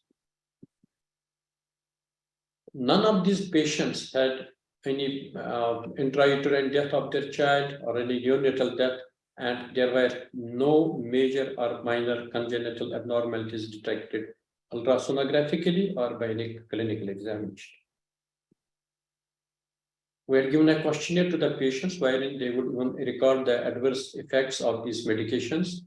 And to be honest, and we hardly found any drug adverse effects in these patients, barring a few patients who had some fatigue, headache, nausea, and there were 8 patients who did not report any adverse effects with this medication. Now, to study the mother-to-child transmission in these 26 infants born to these 26 mothers, we did their anti-HCV at 6 months and then 18 months. And what we found that 4 of 26 children had anti-HCV positive at 6 months, but HCV RNA was negative in all the 4 children. And at 26 all the patients were negative for anti-HCV.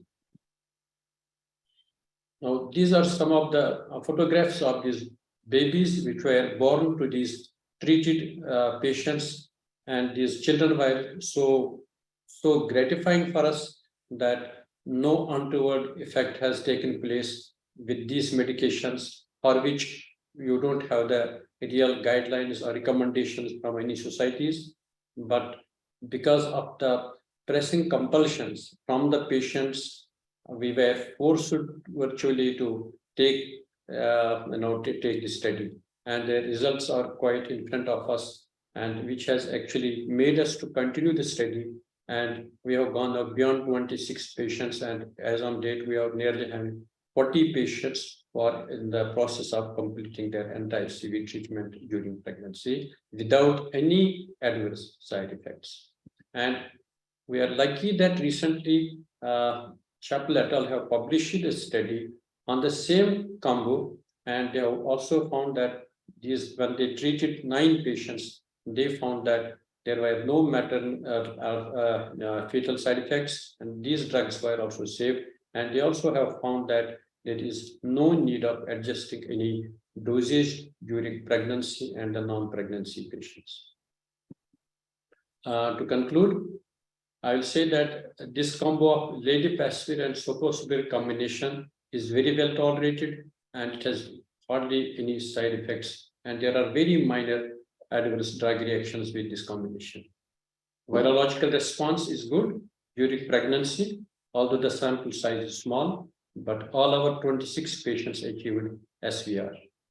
There were no major or minor fetal malformations in the study group. Clinically, as well as on the ultrasonography, especially towards the cardiac defects or any limb defects, so many things were assessed, but nothing was seen in these children. No infant was infected among the studied cohort. Again, it's a small sample, but it definitely tells that this strategy of treating patients during pregnancy does prevent mother-to-child transmission. The combination seems to be safe, well tolerated, and effective for treating chronic Hep C during pregnancy.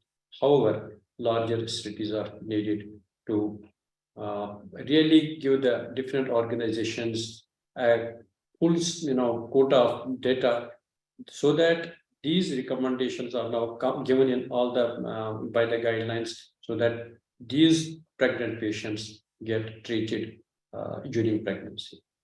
Thank you very much. Thank you so much, Dr. Yatu. It's really wonderful to hear you present these results and all of the amazing work that you and your team have conducted to date. So thank you so much for making the time and presenting these findings for us. And I'm sure we'll have more questions for you as we go along. So thank you, Dr. Yatu.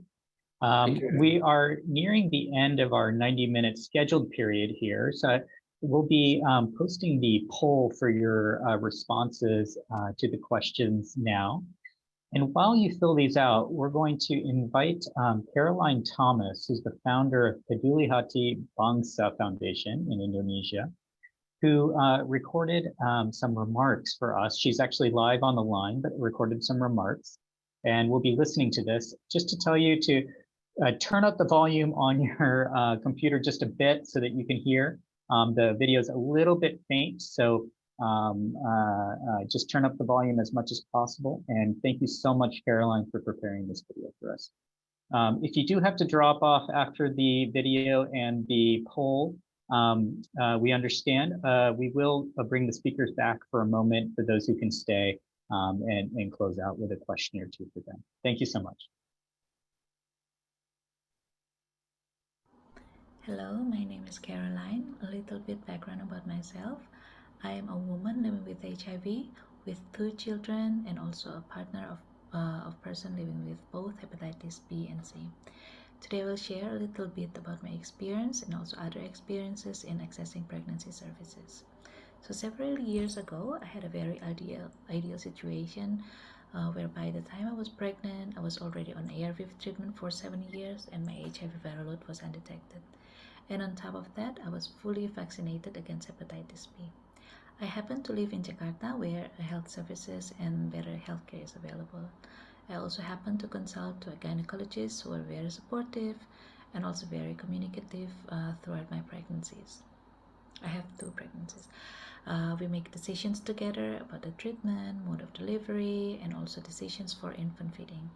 And as for the treatment, I was using efavirenz for the first time. There was some concerns about the safety use of efavirenz during pregnancy. At the same time, I was aware of the risk of developing severe rash due to the use of nevirapine with higher CD4 cell count. At that time, the data shows that there is a teratogenic risk which can cause neural tube defects to the infant. So after discussing with the doctor, we then decided to switch efavirenz to nevirapine temporarily. What happens after around 10 days of switching the treatment is that I develop rash. So, and this is the actual photo that shows the first sign of the rash. And on the second day, it got worse. And on the third day, I was practically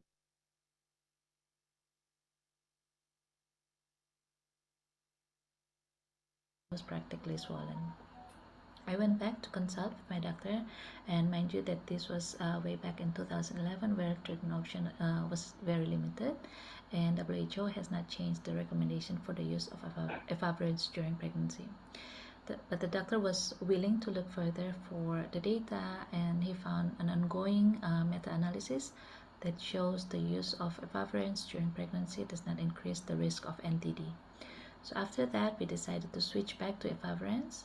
I gave birth and my baby was very healthy.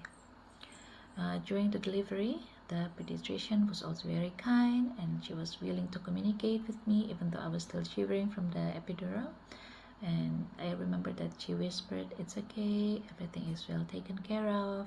I have given the prophylaxis to your baby and we will continue to monitor him and her." I will always remember those kind gestures from the doctor and also the pediatrician. So the whole experience of giving birth to 2 healthy children had motivated me to become a better educator. Flash forward to 2017, my husband needed a treatment for his hepatitis C. In 2017, a full combination of DAA is not available yet in Indonesia, and we realized that there are so many people in need of access to hepatitis C information and treatment. Later on, we established a foundation, and since then we met so many people, including pregnant women living with HIV. We have met 1 young woman living with hepatitis C and also a victim of intimate partner violence. She was 8.5 months pregnant when her partner pushed her down the stairs and her water broke.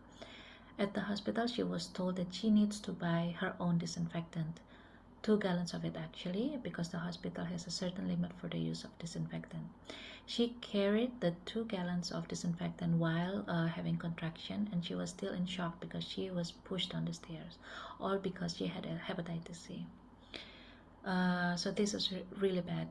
Another case last year that we assisted was that this mother was a person living with hepatitis C, a former drug user with a 10-year-old girl.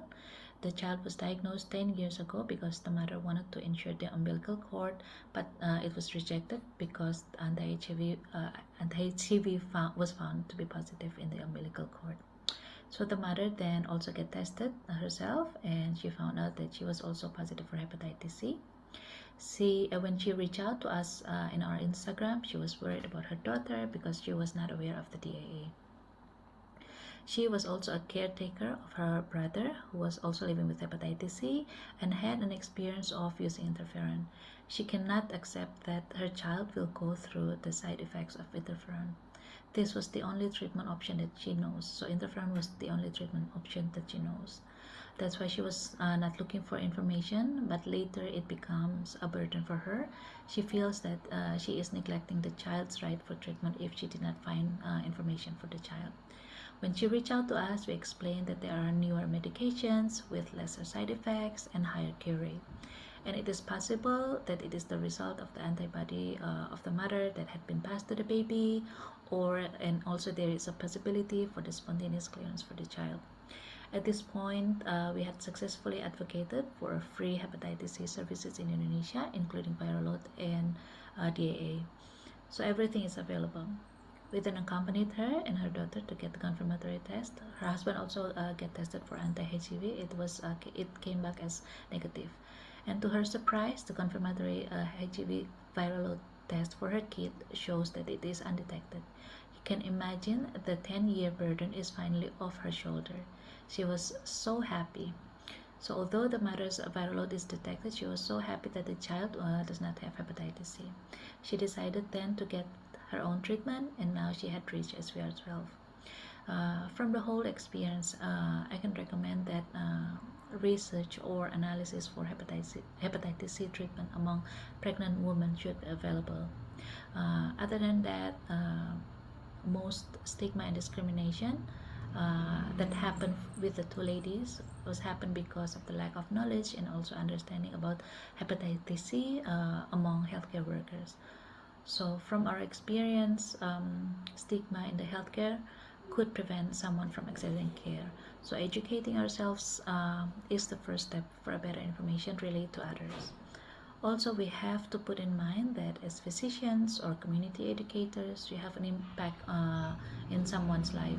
So building an empathic relationship can lead to better outcomes for the patients. So it is very, very important. Thank you so much for the opportunity for me to share. Thank you so much, Caroline. It is such important information for us to all hear, and the stories are so important for us to really drive all of this work. If I can invite all the speakers back onto video, and I'd like to pass over to Dr. John Ward. We're a bit over time, but we still have 140 participants on the line.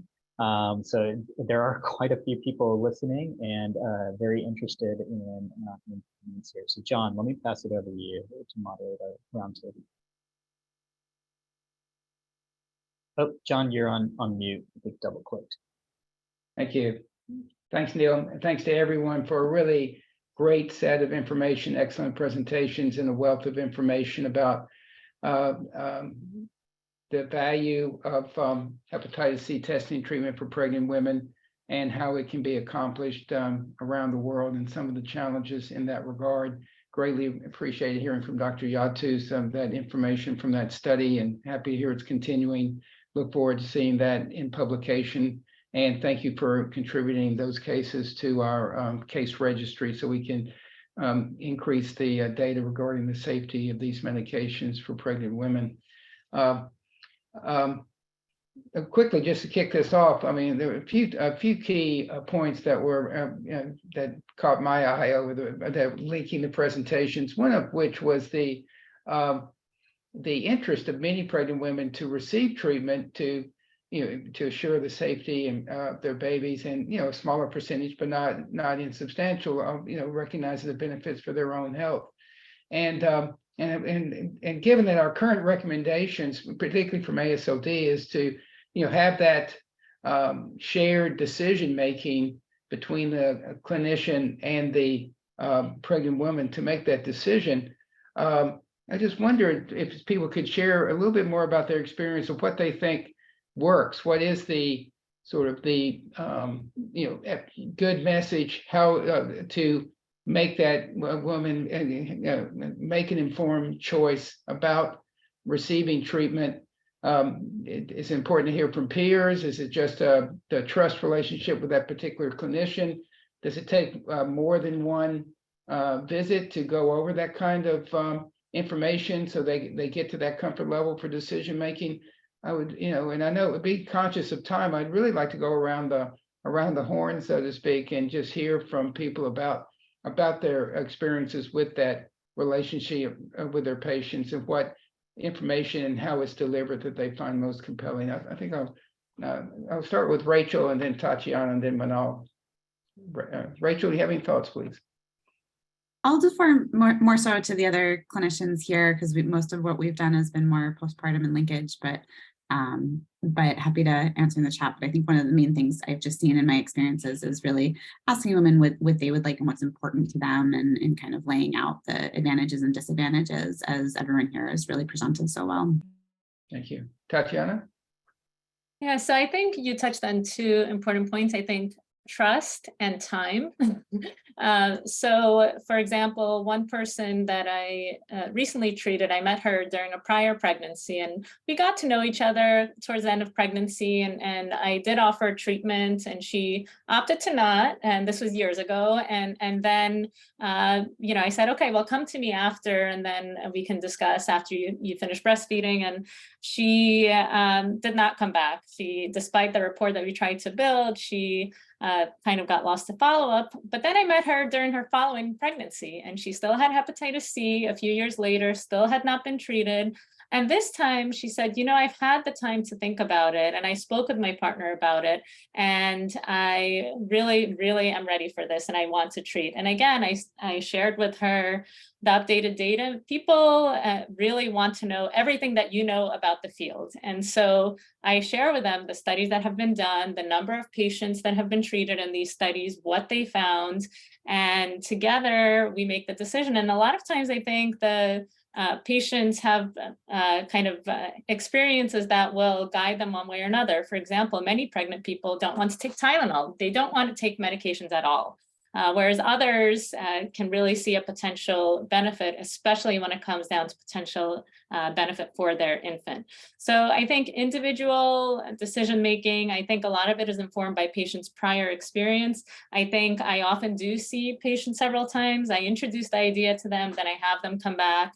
And then we discuss it again, and together we make the decision. But it really comes down to an individual decision making. If we had guidelines like we do for hepatitis B, that discussion is much easier. With hepatitis B, and when you tell patients the guidelines say this, then the patients say, okay, but we don't have that for hepatitis C. So really it's getting to know the patient and having that discussion. Thank you. Manal, and you showed that many pregnant women in Egypt were very receptive to receiving treatment. You know, any thoughts about how to have that discussion with pregnant women in Egypt? Yeah, I think that the reason in Egypt, because the community awareness was huge. It was all over the media. Everybody was getting tested and treated. So people were very enthusiastic. And in some families, actually, women might not be prioritized for treatment. And I think that's happening in some of the resource-limited settings, and maybe in Africa and other countries, prioritize men for treatment. So it happened in villages, and we've seen this. So I think it's important that we give women this kind of attention. I think if they take this kind of attention and they understand that that's important for themselves and for their family and for their children, and also to remove stigma. Because sometimes they don't like to say that they have Hep C because of the stigma. They're being stigmatized by either their husbands or the family of the husbands or their families. So I think and we've heard now about stigma in pregnant women for hepatitis C. So I think these are important aspects that we have to tackle. And I think we should focus on awareness and bringing this into guidelines. And I think it's important that as WHO is recommending triple elimination, I think they should add on hepatitis C. It's only 50 cents more for hepatitis C testing, and I think it should be universal. Thank you. Tony, you described a very well-developed program. You know, any experiences you can share about your interactions with patients? And yeah, I think it's a little bit different than, you know, it's a little bit of a different cohort because these are primarily women who are pregnant, but also using drugs. They have the same concerns that, you know, others have described. The conversation, at least with our patients, it's really kind of based on simplicity, you know, that we've utilized these medications in millions of people at this point. In pregnant women, there's some limited data. We give them the pros and cons of it. But what we've seen is that almost across the board, apart from one individual, they want to be treated. You know, and we see this especially among young individuals who use drugs. They are concerned about spread. They're concerned about giving it to somebody else, whether it's through active drug use or whether it's via sexual transmission, or in the case of pregnant women, transmitting it vertically to their children. So usually if you tell them that we can give you something that is 98% likely to cure you and make that risk of transmission to the baby almost zero, more often than not, they're fine with it. They want to pursue that. They want to do it. Thank you. I was just thinking, are there, written materials, videos we could prepare to help propagate your effective practices to a broader number of clinicians so that they would feel comfortable, having these conversations with their patients as well. Caroline, I appreciate you coming on the line from Indonesia. Thank you very much for your work in both HIV and hepatitis. And you brought up the issues of stigma, and just wanted to see if you had any, advice from your experience, particularly with HIV, about, how can we better address stigma for HCV pregnant women so that's not a barrier to care. Yeah, I think in Indonesia, stigma on HIV is a bit different with stigma on hepatitis C, in which stigma on HIV is higher than the one on hepatitis C. But then there are still cases where the healthcare workers take extra precaution, even though they can just use a standard precaution, and it burdens the patient. The problem is not the patient does not want to get the treatment. The problem is that they're not comfortable coming to the health services. So I just happen to have a very good doctor in which I can speak casually, freely, and things like that. So I think it also helps in the patient's decision making for her treatment. I mean, nobody wants to. I think not the single mother wants to pass the virus to the baby. Either it's HIV, hepatitis B, or hepatitis C. It's just that they need guidance and they don't need to be judged. In Indonesia also, there are some stigma related to for example, their work, if they're sex workers, they're being people who use drugs. So those kind of judgment or personal views from the doctor is not needed by the patients. The patient comes to the doctor because they wanted to get treatment. They don't want to get preached by the doctor. But some of the doctor preach the patients. I think it's a matter of perspective. I cannot say that it's impossible to do, but it's a long way. It needs awareness, information, and empathy from the doctor as well. But it's going there. It's in the right direction. Thank you so much. Thank you so much for that, and thank you for your work as a community organization to help increase that education level. And a question about up to 3 more questions, if I may. I wanted to ask Rachel, what caught my eye for you was the high rate of loss to follow-up in your study, and I wanted to see if you had any thoughts about what can help with that. There was a question in the Q&A regarding the value of point-of-care testing in pregnant women. I just wanted to give you a chance to comment on that high loss to follow-up and how that could be improved. Yeah, no, I think it's a great question, and I think with all the different studies that we've all presented, there's loss to follow-up at every stage in the cascade. From a testing standpoint, I think point-of-care testing is excellent, and it depends what setting you're in. If you're somewhere that you're not going to see the patient again, I think rapid testing is huge, and there are many studies that show how important that can be because there are so many people who don't even get their test results. When you're in a setting, particularly in prenatal care, where you have people coming back for several visits, having reflex testing can be excellent because you can get in one stick both the screening for hepatitis C antibody, the confirmatory with RNA, as well as genotype testing as well, depending on what lab. And that can be huge in really moving towards the next steps of staging. And if you get that at the same time as your liver disease staging, you really have everything that you need potentially to then decide to start treatment and not have to send someone out to get separate fibrosis staging, separate imaging or anything. And I think that's a key aspect. And then in terms of the linkage, there are so many different barriers that we have all brought up. I think one of the main things that's come through with everyone's talk is really the under one roof. And I think meeting people where they are, where they've already shown that they would like to seek care and they trust the providers that they're seeing, whether it's their OB, whether it's their in other settings in their PCP, or their addiction medicine provider. I think having treatment in those settings where you already have the patient is such a key thing. And particularly, as a couple people have mentioned, if we get to the point where we have even more safety data in pregnancy and it becomes a full recommendation to treat in pregnancy, having obstetricians either ready to treat themselves or as part of a multidisciplinary clinic is key. And while the multidisciplinary clinic is wonderful, not everyone has those resources to be able to do that. So really being able to treat within obstetric care is key. One of the things, just the last follow-up question, I think one of the reasons we've lost some patients is we're a referral center. It's difficult to get into the center of Boston and not everyone wants to come back for care. So I think it's so important to not just have these wonderful referral centers, but really have this care happening in most obstetric clinics, most primary care clinics, and addiction medicine clinics throughout the country and throughout the world. Thank you. Dr. Yatu, very interested in, first, how did you get your institute interested in doing a study of this type?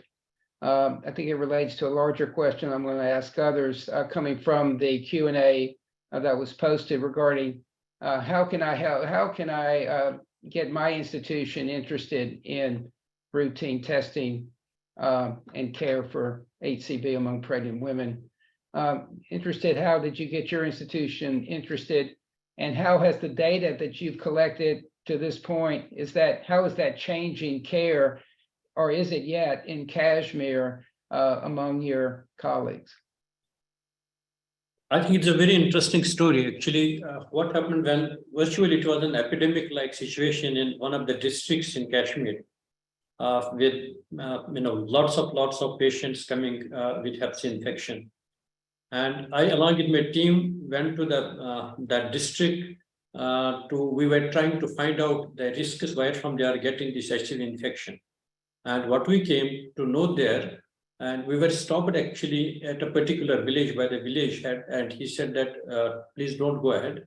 And we said, what's the reason? He said that because that particular village has the maximum number of patients of Hep C, and this village has been virtually isolated by everybody. So the people from that village were not allowed to travel in the public transport. There were declarations in the mosques that nobody should marry there in that village. So many things. And when I heard it, it was so much worrying that finally what I did along with my team, we went to the religious heads of those villages and made a lot of talk shows on TV, on print media, and discussed about this hepatitis C infection, that it is not a stigma, it is a disease like any common disease. And luckily, this disease had, the treatment had evolved so fast that the cure rate was so much there. So what we did, we actually counseled all the people who had this HCV infection there that please don't take it as a social stigma. And luckily, what we have in our part of the world, that we have all the pregnant females get antenatal testing done for triple serology, HIV, HPV, and HCV, and it's free of cost. So it's very easy for us to reach out to those patients. And then what we did, once we did a community level approach to these patients, we came on the TV channels. Then we called them to the hospital and discussed with them threadbare the pros and cons, what all the speakers discussed, that these are the pros and cons.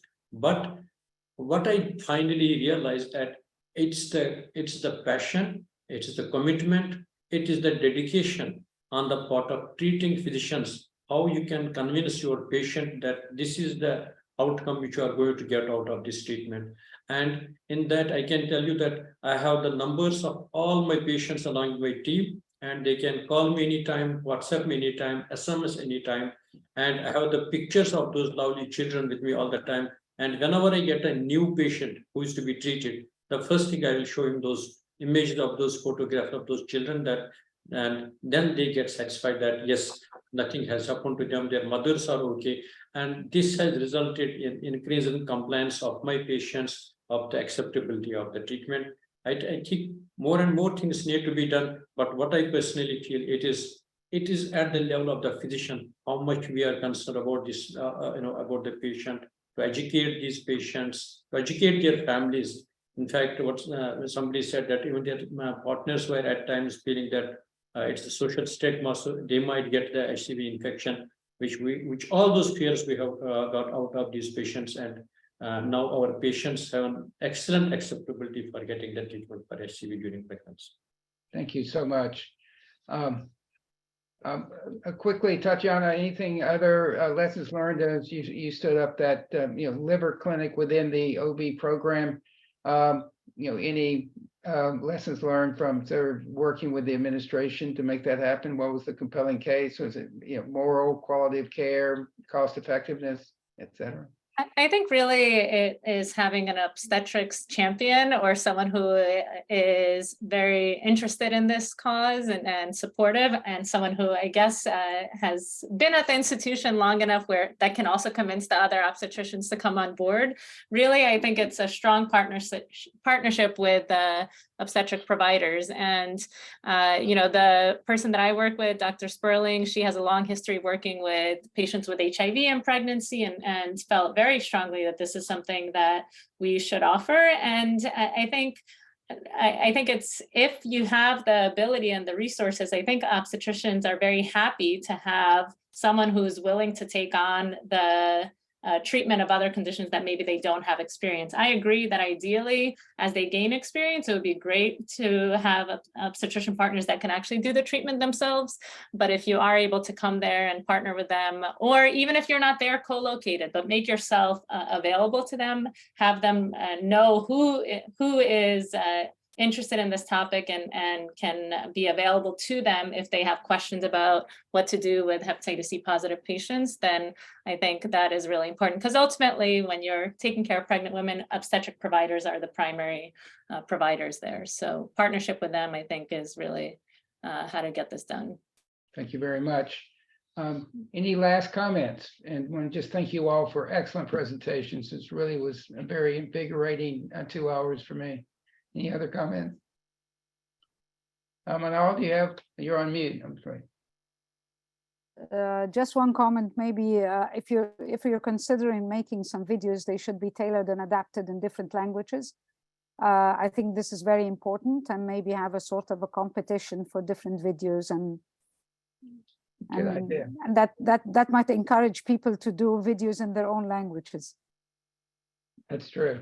I get thought that's where I was getting to. We can follow up on that kind of discussion and see what we can develop. Thank you very much.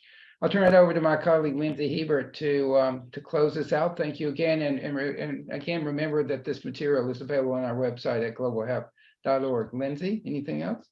We're just quickly going to end on an invitation to our next webinar on March 15th. This will be the third webinar in this series, and we'll be bringing together the conversation from the first one on challenges and today's really terrific webinar on strategies, and putting together a conversation on what do we do moving forward and thinking about actions and recommendations.